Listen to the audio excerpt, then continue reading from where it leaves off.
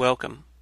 I'm Sebastian Mahfood, and you're listening to WCAT Radio, the on-air wing of En Route Books and Media, bringing you the dulcet sounds of Catholic wisdom. Good evening, everybody. I hope everybody's doing well, and if you're out in the Midwest, our prayers go out to you with those bitter cold temperatures. And that's some of the things we're going to talk about tonight on the show. So if you have a comment or want to call in, the number here is 515-604-9344. And you'll be prompted to an access code of 914121. So, again, that number is 515-604-9344. The access code is 914121#. You might be able to tell my voice is a little broken up. I've been battling something here, so appreciate your prayers. And we'll continue on through. So we'll start the show tonight. A couple issues that we'll discuss. I read a couple books by Michael Brown. He's a very famous author, does a lot of retreats.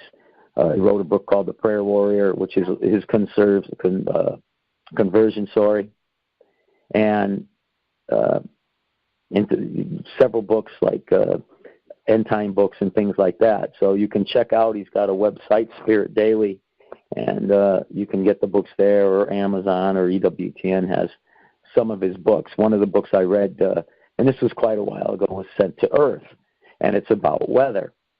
And Michael has been telling people for quite a while in his books and in his retreats, and I've had the privilege to meet him a few times and go on a few of his retreats. A very fascinating man with a lot of knowledge.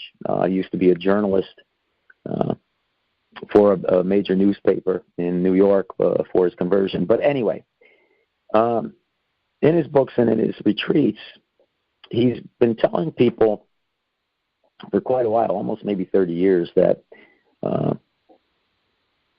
there's going to be, as the years and decades roll by, there would be times of extremes, especially in the weather. And I think we're seeing that since the 90s. Sometimes you think the technological advances that we've made in just a decade since 1990 to the 2000s, that decade. And in the 2000s, as we're approaching here, the end of another decade soon, and the advancements. And yet, for all these technological advances we have, and many have enabled great things, especially in the field of medicine, there's also problems that arise with them. And we see how everything is rapidly now approaching their apexes, where things happen so quick. It's mind-boggling, where people just shake their heads, and where does the time go? How do we get from here to there? And when we look at the weather, as I said, an interesting book to read is that Sent to Earth, because what it argues is that God, throughout history of of mankind's history, has used weather as a sign to bring us back to Him, to wake us up, to give us sometimes a whisper, but through the weather, many times a shout that, hey guys, you have to get your act together. So, what we're saying here tonight, a few things certainly are for your discernment. There's two schools of thought when it comes to God and punishment. Now, He's God of love and mercy. He's also God of divine justice. And one school of thought, they believe that God doesn't punish. And, you can see things like this where Jesus, groups of people, when Jesus was here, blamed their maladies on the sins committed by these particular individuals or their parents, and Jesus straightened them out on that. But also throughout the Old Testament, you can see that there is also punishment for mankind disobeying God's law and, in essence, wanting to replace God's law with his own and him becoming God. So you see, as the Catholics, with the church-approved apparitions, we can see that the Virgin Mary has also mentioned that, like, for example, war is a punishment for mankind's sins. So now you're not, as a Catholic, forced to believe. It's not a dogma or doctrine of the church where you have to believe Fatima, but it certainly behooves you to look at those apparitions that are church approved and see what God has given us in a prophetic sense. So when we look at the weather, there are natural explanations for many, many things. Science certainly deals with that. Science deals with the material world and how things work, why things are the way they are. And this discrepancy and this battle, that dividing line that people put between science and faith really shouldn't be there. They complement each other. And it's reasonable people will know this. But science cannot explain everything. It's like love. We know love exists. You see that between people, and you know this, and yet it's not something that can be, materially proven. So we know that this exists. It's just the same with God.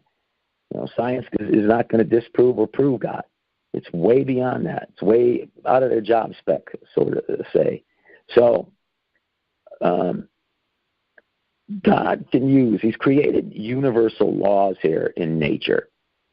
And if mankind breaks these laws, well, what happens? Well, it's just like when we break some of the 10 Commandments, that we're going to pay a price, because we are responsible for our actions, and we have free will in these actions and choices, the choices we make and the actions that stem from them. And then these actions have consequences. There's no getting around that, and they're relational. There is definitely a ripple effect with our choices and actions on the moral high ground or low ground, whatever we choose. So we are linked to creation. And this goes back to the two Genesis stories, because God created. He brings out of existence from nothing. He creates. So God brings order out of chaos. And when he does this, what does he say? He says it is good. Creation is good.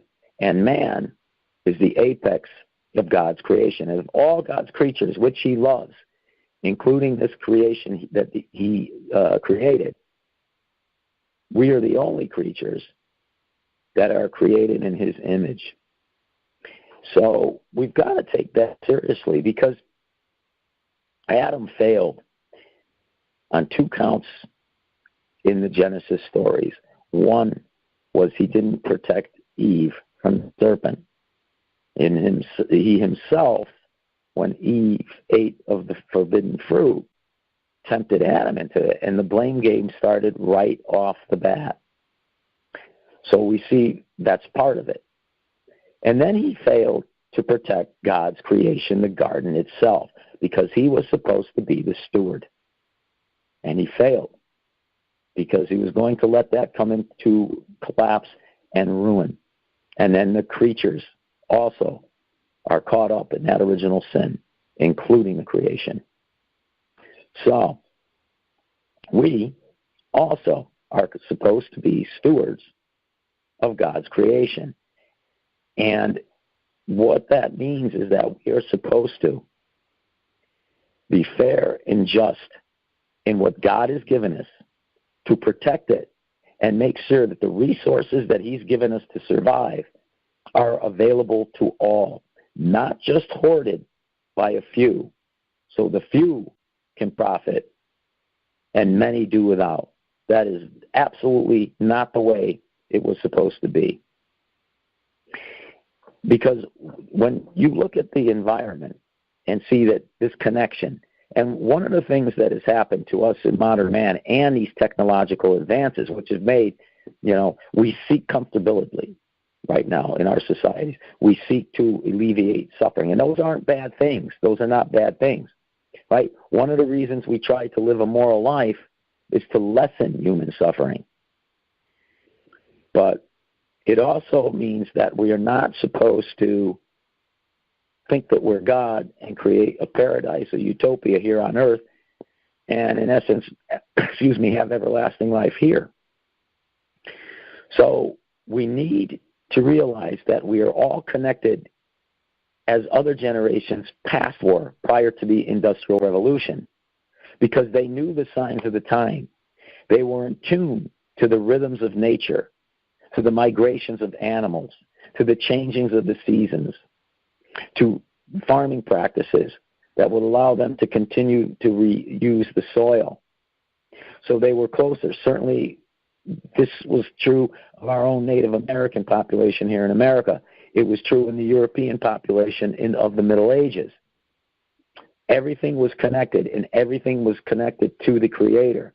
Now, we have distanced ourselves from that.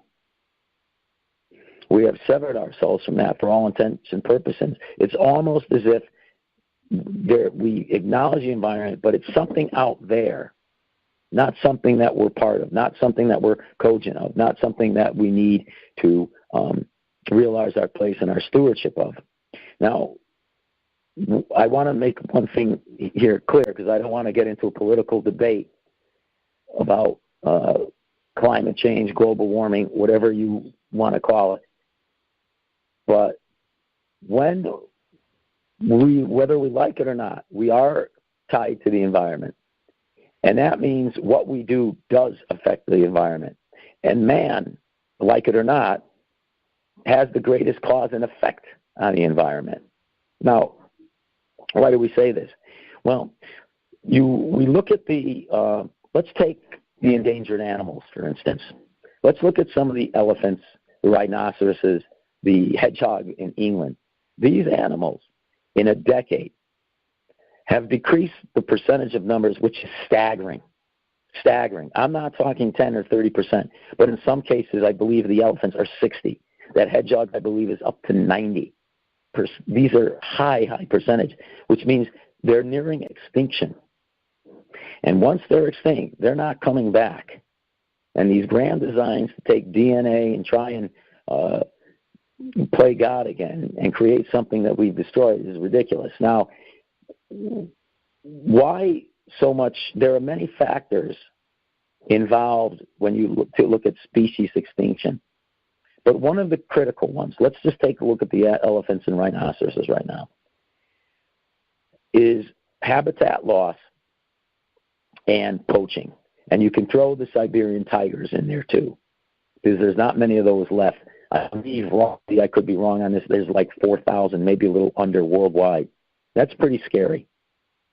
That's pretty scary. So we look at these two factors and we see that mankind has a direct impact on the loss of these animals through the habitation loss and the poaching. And that is one tip of the iceberg, because you can look at that circle where we're connected with these in the tiger's case, an apex predator. And what that means is that's the top of the line on the food chain.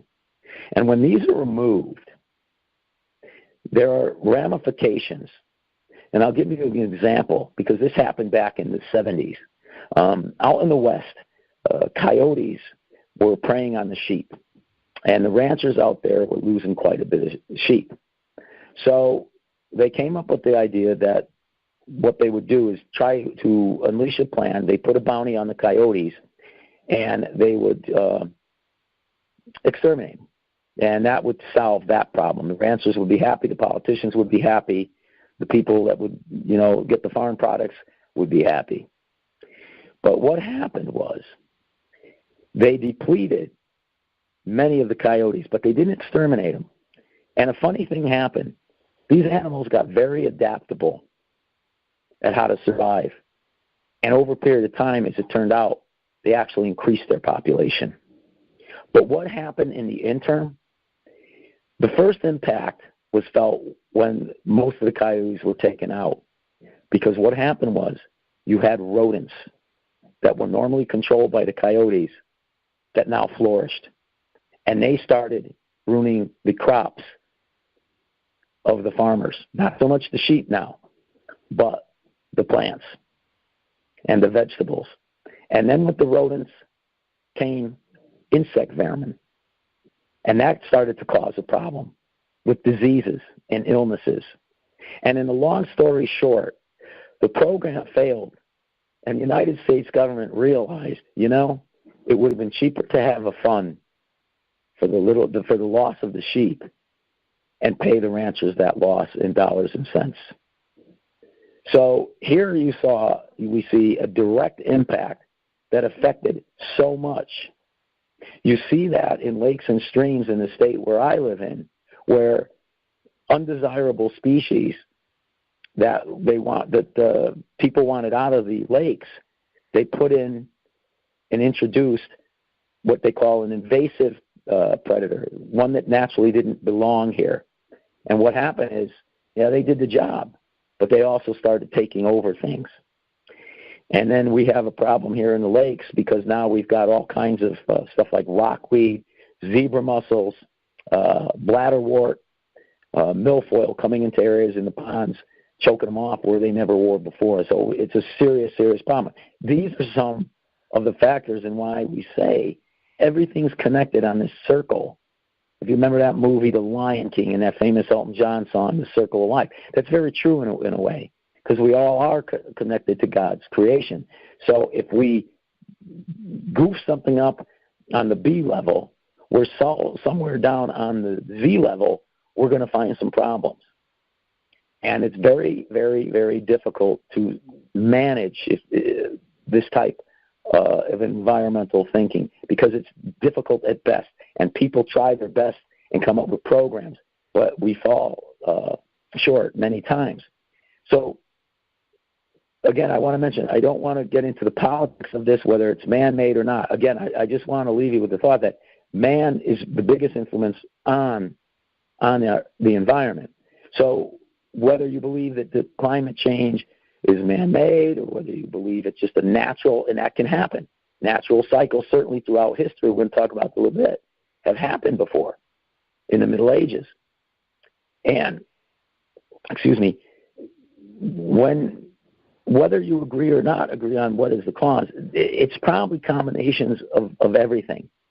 But nonetheless, something we can see in the weather, I think to ignore this is kind of foolish right now. Whether it's a natural cycle, man-made, combinations, just let's take a look at just what's happening today or this week. Okay, we see that Chicago is actually colder right now today than Siberia and the Antarctic. In Chicago, they are warning that if you go out right now, it could be almost instant frostbite. They've got warming centers all around the Midwest, and the schools and universities closed up because it's a rare polar wind that's streaming down from the Arctic. And yet, if we look across the globe, we're seeing wildfires, and we certainly in California, we certainly know the extent of the damage and destruction and death that come with the fires. They're raging in Australia as they're having a record-breaking heat wave. They're using their air conditioners so much that they've overloaded the electrical grids, and there's power failures now. And the temperatures are reaching hazardous levels of almost, listen to this, 116 degrees Fahrenheit. 116 degrees. We've got recent examples. There were heat records that were toppled from Norway to Algeria last year. And then on top of Australia's heat wave now, they've had a drought that has gone on so long that a child in kindergarten will hardly have seen rain in her lifetime. And I mentioned California and the wildfires. I guess this week, the state's largest utility, Pacific Gas and Electric, filed bankruptcy. So you can see there is many things associated with this. Right up now, as we speak, polar winds are coming in, and it's going to be a brutal night with wind warnings and frostbite warnings. A little while ago, there was a snow squall warning for people to get off the roads and not drive. And again, you look at other states and you see heat waves and droughts. And California is at both with the forest fires and droughts. We see when the nuclear plant had that accident in Japan and the triggering effect it had in the waters of the Pacific coast. We see starfish, sardines, anchovies, all animals now that are in serious trouble with their survival. We're all familiar, I would think, with the polar bear because there's been much news about the polar bears and the threat posed to them. So, you know, and you can find, you know, different news agencies, and this is the tough part about any of this that we're talking about. That's why I say it's for your discernment.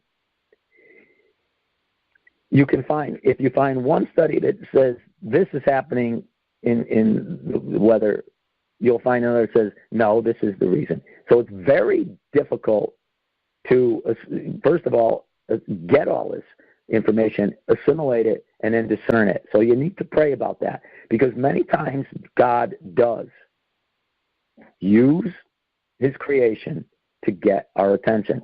And believe me, brothers and sisters, and you may have seen this in your own life, it's much better if God whispers than shouts to us. We don't make out well when God shouts. I mean, in the end, we do, because there's a reason that he does all these things, and it is for our good. Now, speaking of the weather environment, so we see that these decades, these last 20, 30 years, have seen, as Mr. Brown has said, big spectrums going up and all kinds of extremes. And you know, remember now, God allows these things to happen, and much has to do with our free will. You know, one thing which is, it's sad, is that we have so much in the world, so many resources, that there shouldn't be any, and we're all guilty of it, there shouldn't be any starving people, because we have the condition to change all these things, and yet we don't. We don't, because we are sinful people, and I don't want to make excuses for us, just, you know, blame sin all the time. That's the reason we do this, that's the reason we do that. Many choices are made for many reasons. Some are for power, some are to gain wealth. Many reasons. Some people do things they may not even know themselves deep in their hearts why they do certain actions. But nonetheless, God will get good out of this. So we've got that hope.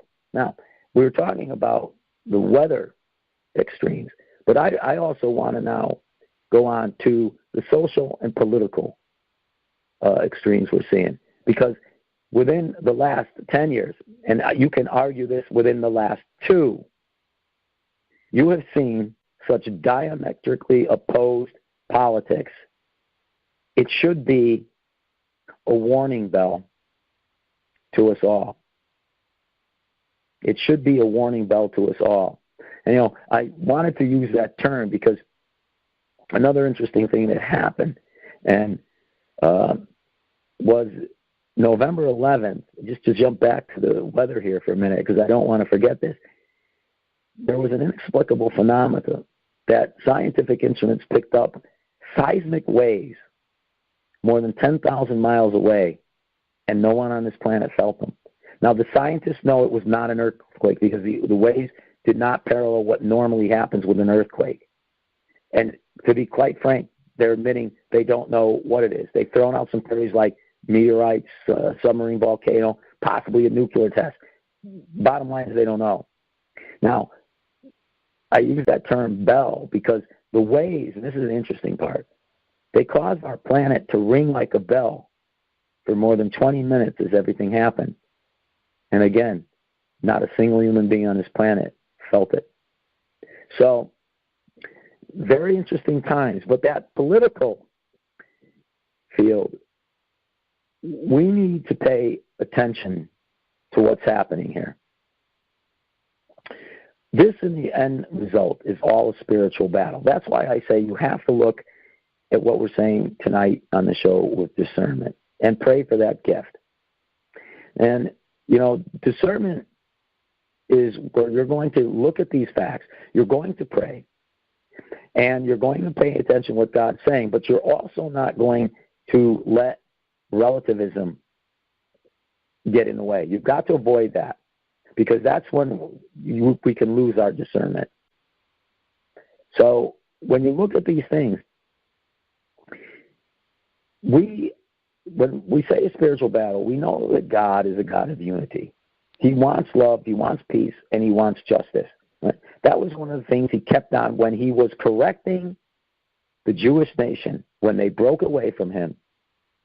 He wanted them, he spoke through his prophets, telling them to stop the injustice, to come back to the covenant and stop the injustice and start taking care of the poor and the marginalized. So he corrected them, and they paid significant prices. At one time, they were in captivity for 400 years. Now think about that. That's generations of not being out of slavery. So he doesn't want discord. He doesn't want division. Who wants that? Satan. And you can see it, or you should be able to discern that. And the sad fact that it matters, the sad fact, and this matters, and that's why I say it matters, is because our leaders that we elect, and this is across the globe. I'm not just picking on the United States. I'm not picking on one party. They have failed to see this. Pretty cut and dry. They're missing the boat on environmental issues, in God's creation, in discerning what's happening here. They're not discerning the division that, in turn, many are causing. It's quite evident what we see at the Brexit, where the people's vote right now, and maybe that'll change, is not being honored. Where we look and we see two different types of justice system in the United States of America. Where we see the powerful now, and this is my opinion only my opinion, have such power. And they know the people know that they're abusing it, and they don't care. Because it's if they're daring us to say, well, what can you do about it? We've got all the marbles on our side of the table, and you don't. So what can you do about it? And you're seeing this playing out now where there's no dialogue. It's either my way or no way. And we saw this just recently here with the shutdown. There was no dialogue, and nobody was willing to come to the table. Some went on vacation. So you see that the only one that was throwing anything out was the president himself with some offers to come to the table. But unfortunately, for a couple of weekends there, nobody was around. And this is not the way you do business to help people, because who lost here? 800,000 people, the American people, the people in Brexit, the people. Look at Venezuela right now. You want to talk about the signs of the times? And in France with the yellow shirts. And yet, we're missing it. We're going on as if everything is just okay. And in some cases, we're actually thinking we're advancing. That should be the warning bell. We are not advancing. We are backsliding. We are backsliding as human beings. I think I mentioned last week that in the Roman times, 1% of those Romans that were wealthy controlled 16% of the total wealth. In today's world, our world right now, 2020,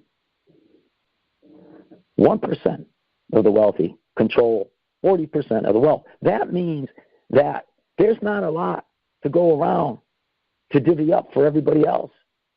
And the average Joe and Jane, they got to scrape. And those in third world countries, especially those that have natural resources that are used for purposes by those powerful for their own needs, they go without. And that is not good government, and that's not so-called progress. That's going backwards.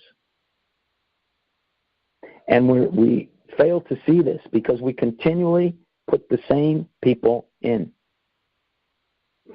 And we do not, and this is a mistake that we make as human beings, I think many times we tend to look down on the cultures that have lived before us.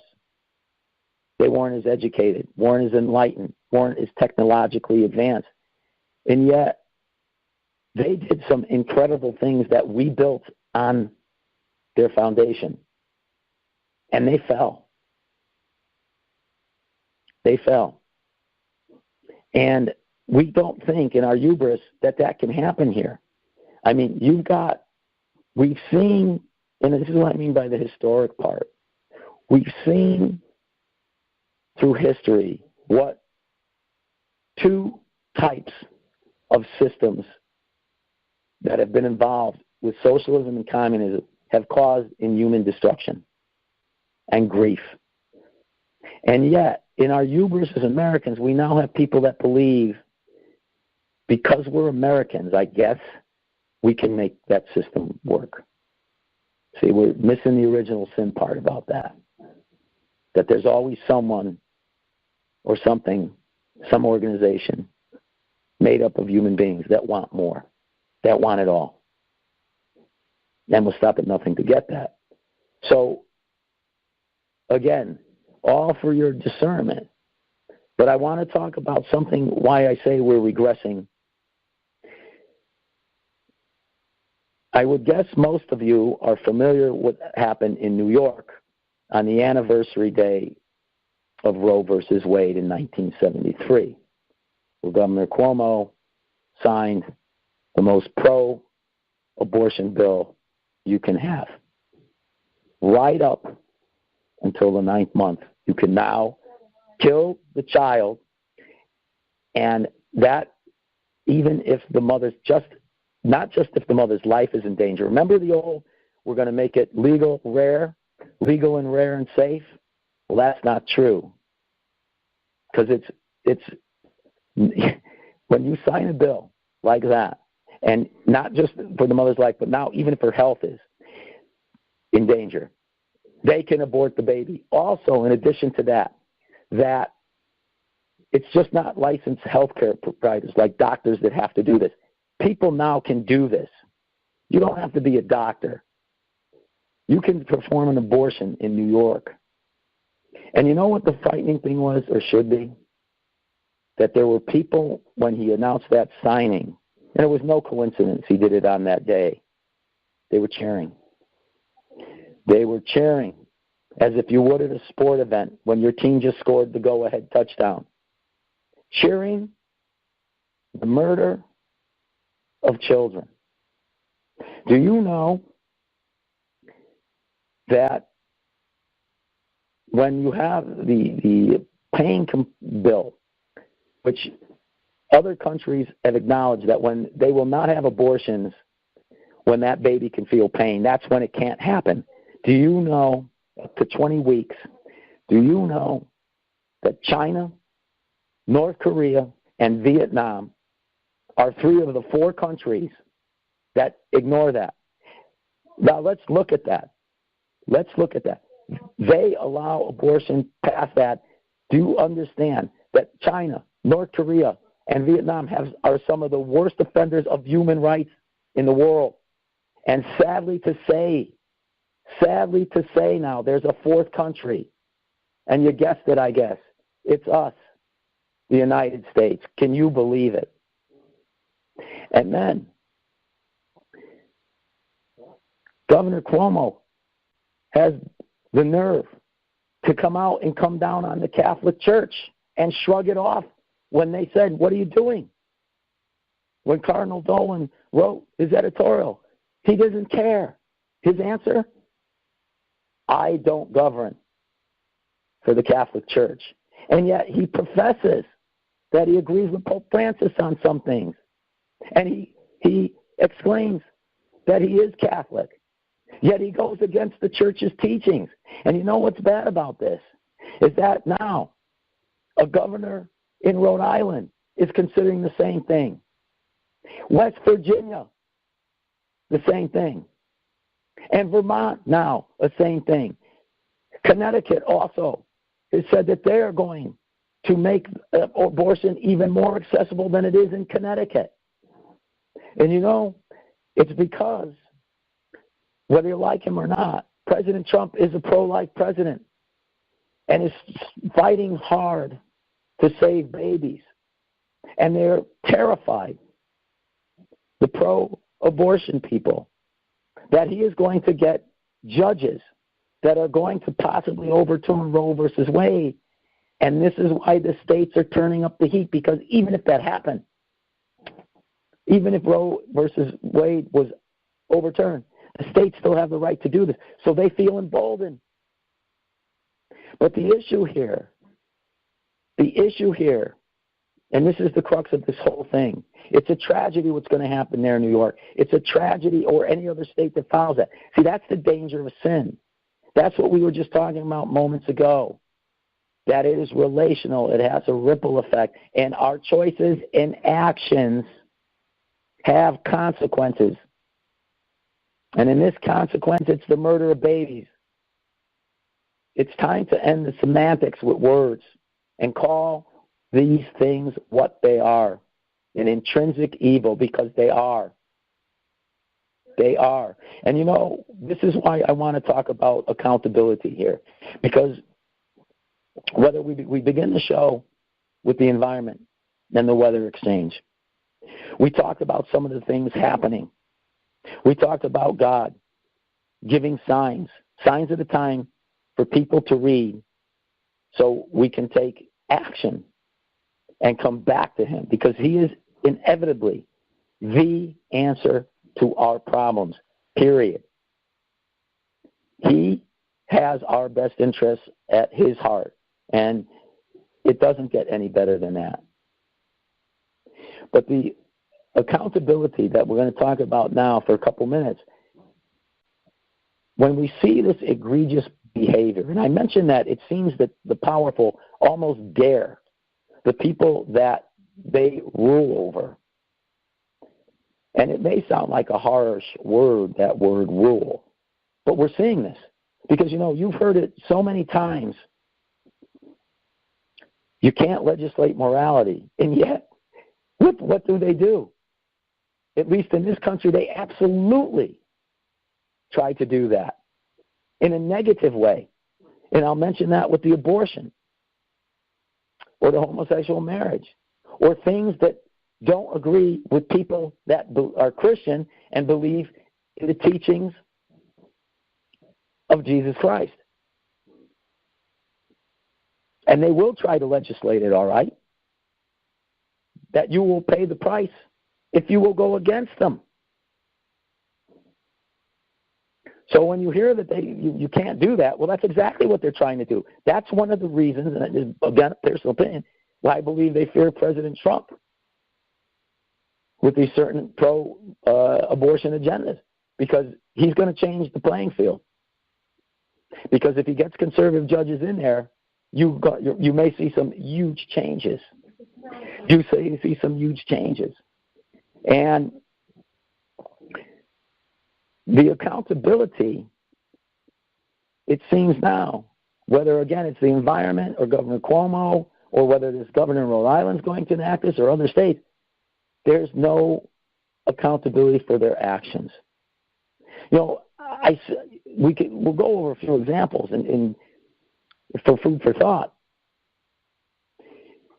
I mentioned it's quite evident to Americans now, and even those that, let's just say, don't like President Trump, and that may be an understatement, that there are two justice systems. There are one for the wealthy and powerful, that they can get away with things.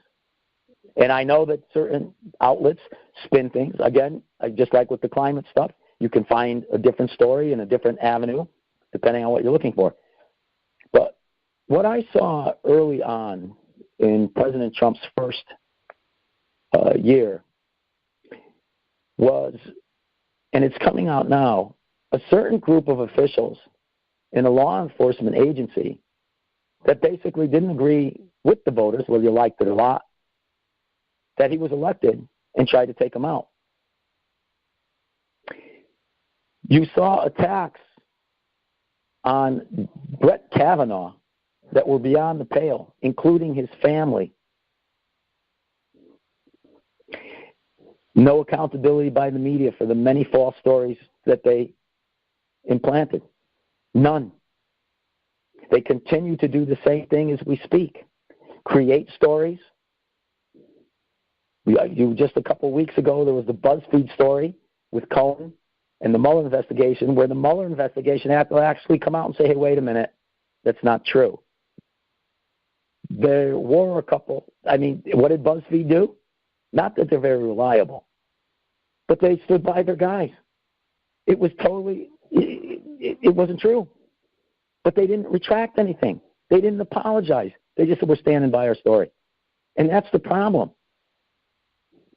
There's no accountability in most of our society today, whether it be judges, entertainers, politicians, law enforcement officials, our own families, and in many cases, we as individuals.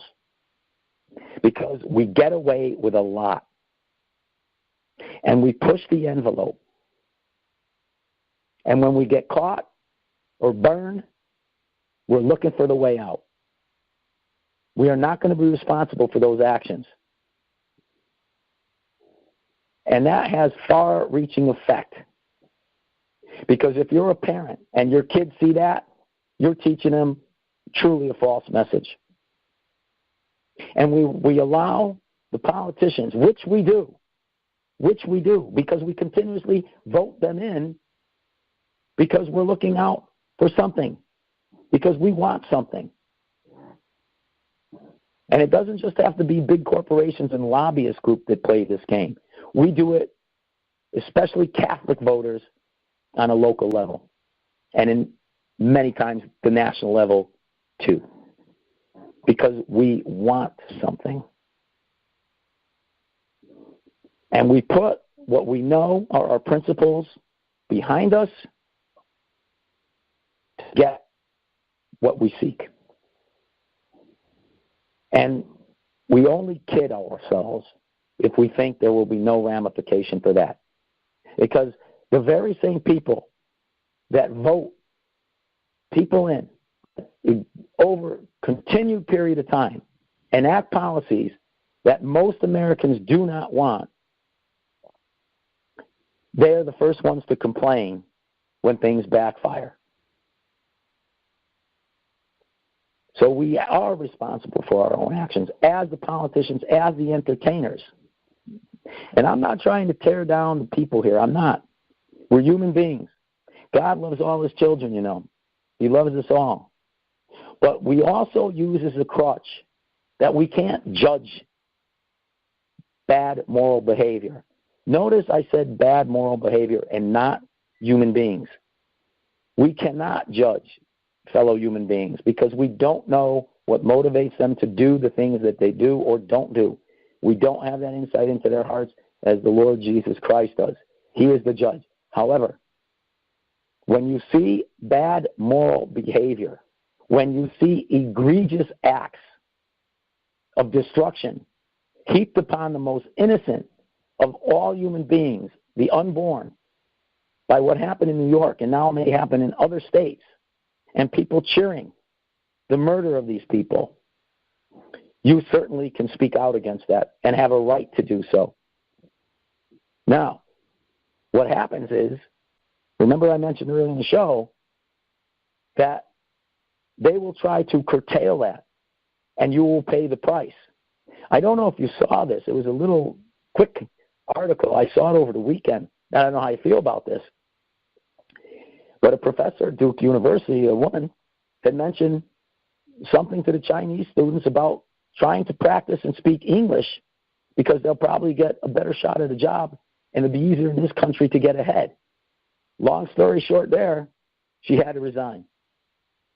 She spoke what actually was beneficial for those students. She meant them no harm, but to help them. And they turned it into something else where she's had to resign because she didn't play ball. And that's what happens. It's certainly today in a post-Christian United States when we don't play ball. There is going to be a consequence. And if you speak out against things like this, you may have to pay them. And in many times, people don't want to put up with that. And they'll just let things slide. And it's almost understandable in a way. But all it takes is to let that evil permeate and good men to do and good women to do nothing and let it happen. We really don't learn from history, as we said before. And we're making the same mistakes that other cultures have made in the past and have paid dearly. And again, we don't think that can happen here. And when we make excuses for many actions that are clearly morally wrong, we're headed down a very, very dangerous slope. Not even a slippery slope anymore. We're down the slope. We're going down the slope. And we're picking up speed. We're picking up speed. Back in biblical times, they took their infants so they would have good crops and fertility, to the gods of fertility and Moloch. And they would take a bonfire and they would throw these children into the fire. Now, most people would say, oh my gosh, that's barbaric. That's sick. They were doing it for their lifestyle. And yet, we do the same thing. We do the same thing. So many times it's a lifestyle that has to be continued, and these children have to pay the price. And yet we don't see that as barbaric. As a matter of fact, as I mentioned, they were jumping up and down and cheering when Governor Cuomo signed that bill. And again, where is the accountability? And he is so brazen that he started taking shots at the church. He shrugged them off like it's no big deal.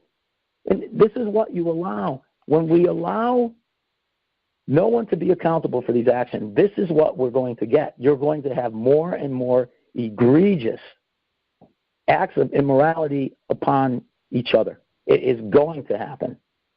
It's happening now. And that's why the accountability, whatever field it is, your job, an athlete, politician, entertainer, whatever, it's important to have accountability. And that starts right at home, as I mentioned, in our own families. We've got to be accountable with children. Many times today, I know a school nurse, and I won't mention the school, these stories that she tells me with these, and these are young kids, and the power they know they can enact by calling the state organization or the parents, and then the parents threaten, one of the things they threaten, I'll get channel blank down here, and we'll see what happens. This is incredible.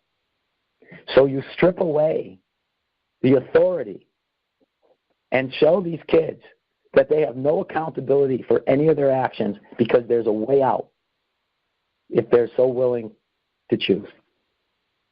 And in most cases, this accountability they are not good actions, right? We know this. When you hear a young child dropping the F-bomb, a child maybe 6, 7 years old, and talking about injuring a school nurse or a teacher, they should be accountable for that. We make all kinds of excuses for that, or just little children, the environment they grow up. We don't, you can cut some slack, but there's a time when you can give way too much of it. And we have the society that we ask for. And in many cases, it's not going to be one we want. And that is why this is so important. Because if we're going to have a civil society, one that seeks to bring about the kingdom of God, that seeks justice and peace, we are going to have to unify and come together. There is always a danger when one group is blamed for another group's or country's problems. We see this when it paid out, certainly in pre-World War II Germany with Adolf Hitler and his attacks on the Jewish community, that they were responsible for Germany and the German people's grief. And we know what happened there. And again, we don't learn from history. We don't think that could happen here. You know, one of the things that happens is that other people side, even fellow countrymen, with some of these extreme political views. In Hungary, when World War II hit them, some of the I don't remember the party now, what they called themselves, but it was something like First Light Brigade.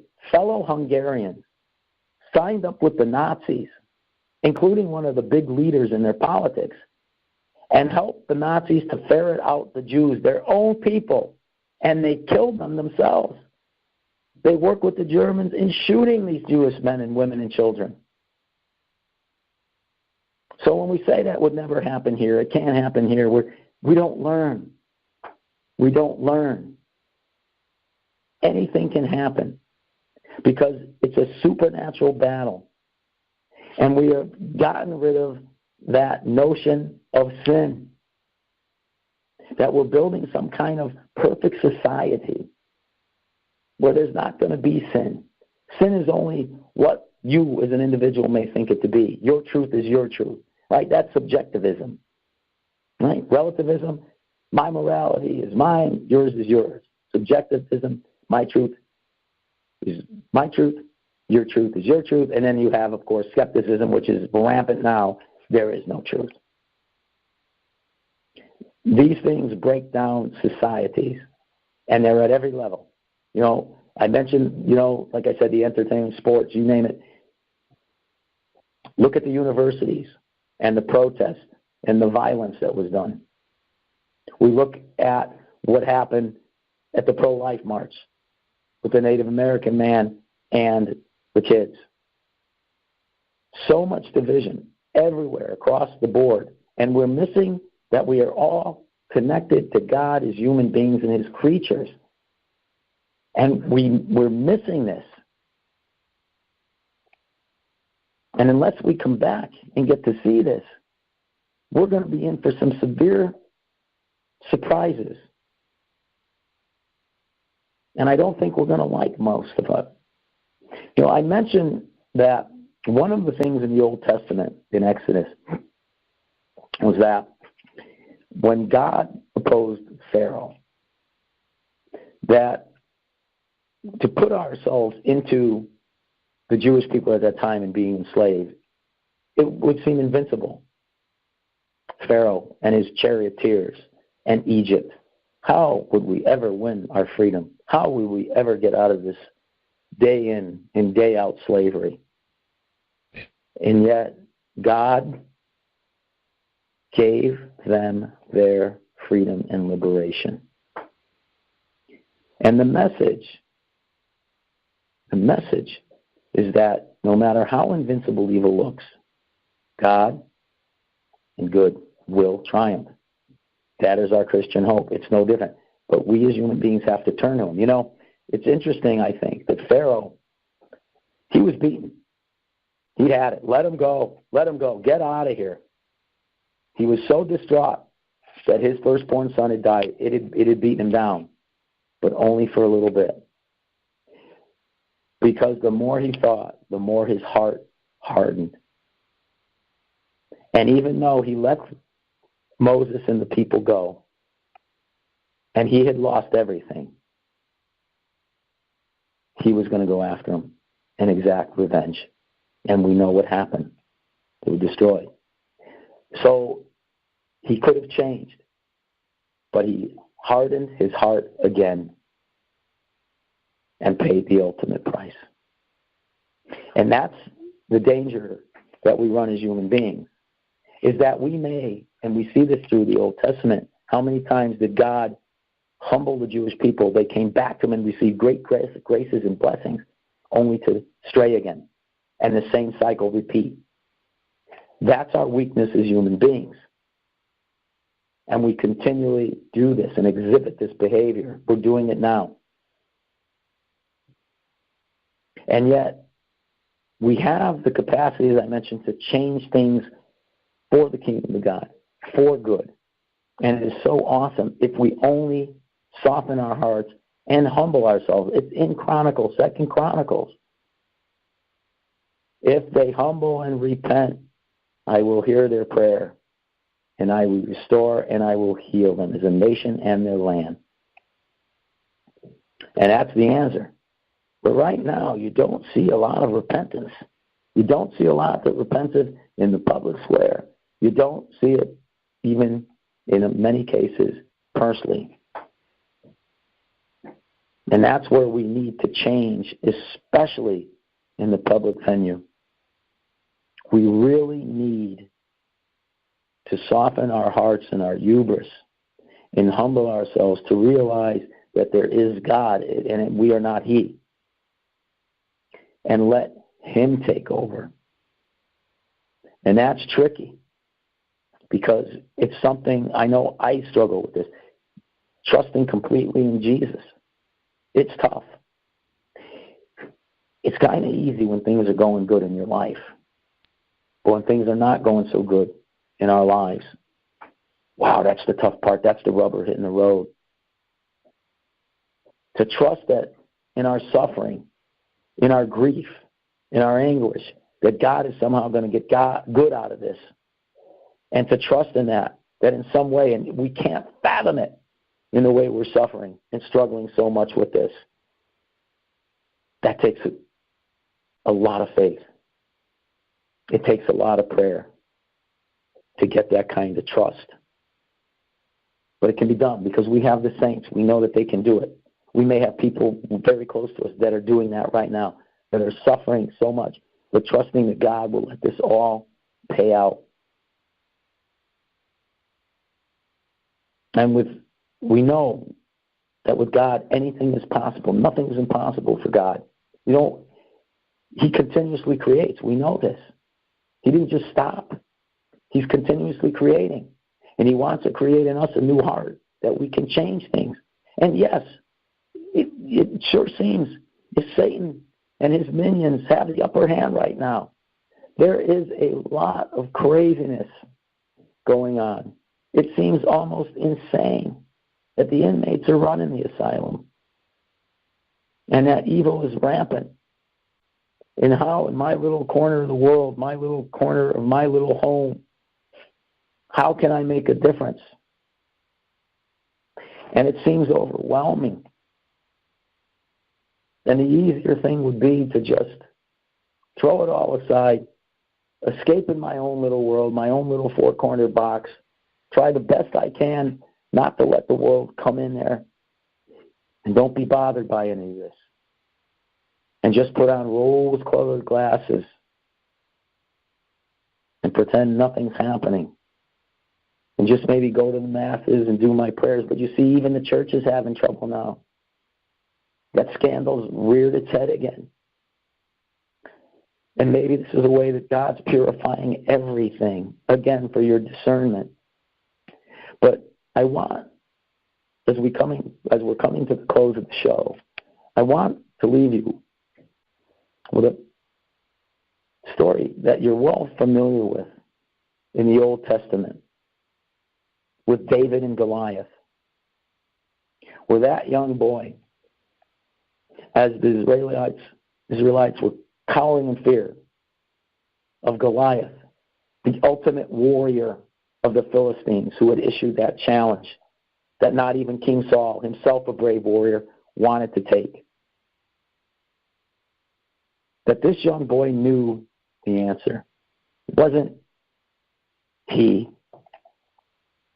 or his stones or his sling that would do this. It was God that would act through David, and that instrument of the sling and the stone that would slay Goliath and defeat the Philistines, because God was with David. And though it must have, if we put ourselves in that story, must have seemed impossible for victory to come, especially with a young boy armed with a box and a sling. But it did, because David knew that God, the living God, was with him, and all things are possible. And that is our hope, brothers and sisters. So in our little corner of the world and globe, remember, if you're following Jesus, doing the best that you can, he is with you in that valley of fear and evil and death. And fear no evil, for with God you are invincible, and God always triumphs over evil and Satan. So take heart, and put your hope and your trust, and pray for this in the Lord Jesus Christ. Good night, brothers and sisters, and God bless. We hope you enjoyed the program and will join us back for another show on WCAT Radio. This is Sebastian Mahfood. Good day.